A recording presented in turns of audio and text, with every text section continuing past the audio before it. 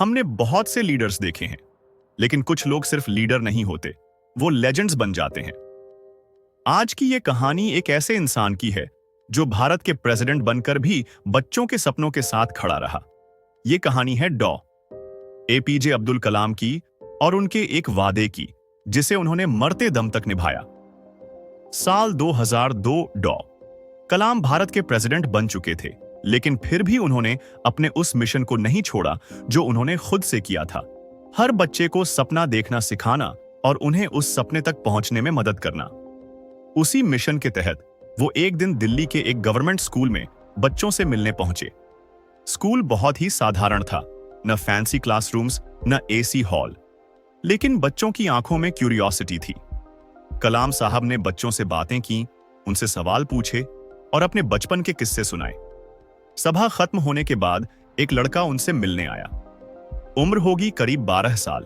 उसने हिचकते हुए कहा, सर, अगर मैं 10वीं पास कर लूं तो क्या आप मेरी आगे की पढ़ाई में मदद करेंगे? पूरा हॉल शांत हो गया।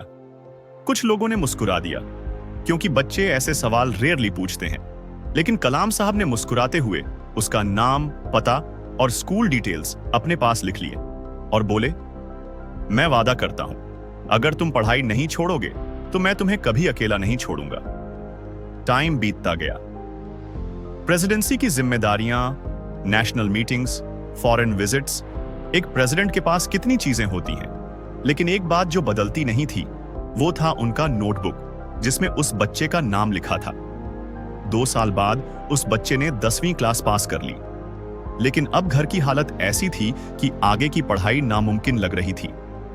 उसने उम्मीद के साथ राष्ट्रपति भवन को एक चिट्ठी भेज दी। अब शायद किसी को लगता हो कि क्या सच में एक राष्ट्रपति इतनी छोटी बात याद रखेगा? लेकिन 3 दिन बाद राष्ट्रपति भवन का एक व्यक्ति खुद उस लड़के के घर पहुंचा। हाथ में एक लिफाफा था जिसमें एक चेक और एक लेटर था। लेटर में लिखा था, डियर चाइल्ड, तुमने अपना वादा निभाया, अब मेरी बारी है। Keep going, I am with you. Doctor APJ Abdul Kalam. वो लड़का गवर्नमेंट इंजीनियरिंग कॉलेज में एडमिशन लेता है। फीस, बुक्स, हॉस्टल, सबका खर्च चुपचाप कलाम साहब भेजते रहे। उन्होंने कभी मीडिया में इस बात का जिक्र नहीं किया, ना कोई प्रेस रिलीज, ना कोई अवार्ड शो में इसकी कहानी। क्यों? क्योंकि डॉक्टर कलाम को दिखावा नहीं, बदलाव में यकीन था।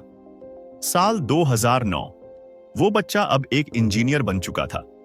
उसने एक चिट्ठी में कलाम साहब को थैंक्स लिखा और मिलने की इच्छा जताई। और गेस व्हाट? कलाम साहब ने उसी हफ्ते उससे मुलाकात की।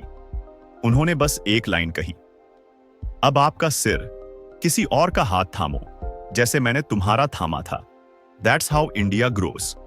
कलाम साहब को लोग मिसाइल मैन कहते थे, लेकिन असल में वो ड्रीम्स का मैन थे। उनकी फिलॉसफी थी, ड्रीम बिग, बड़ा सोचो, वर्क हार्ड, दिल से मेहनत करो, गिव बैक, जब कुछ बन जाओ तो दूसरों के काम आओ।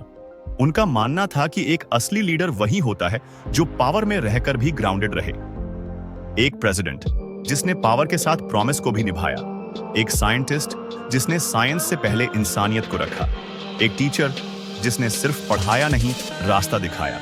एपीजे अब्दुल कलाम एक नाम नहीं, एक मिशन थे।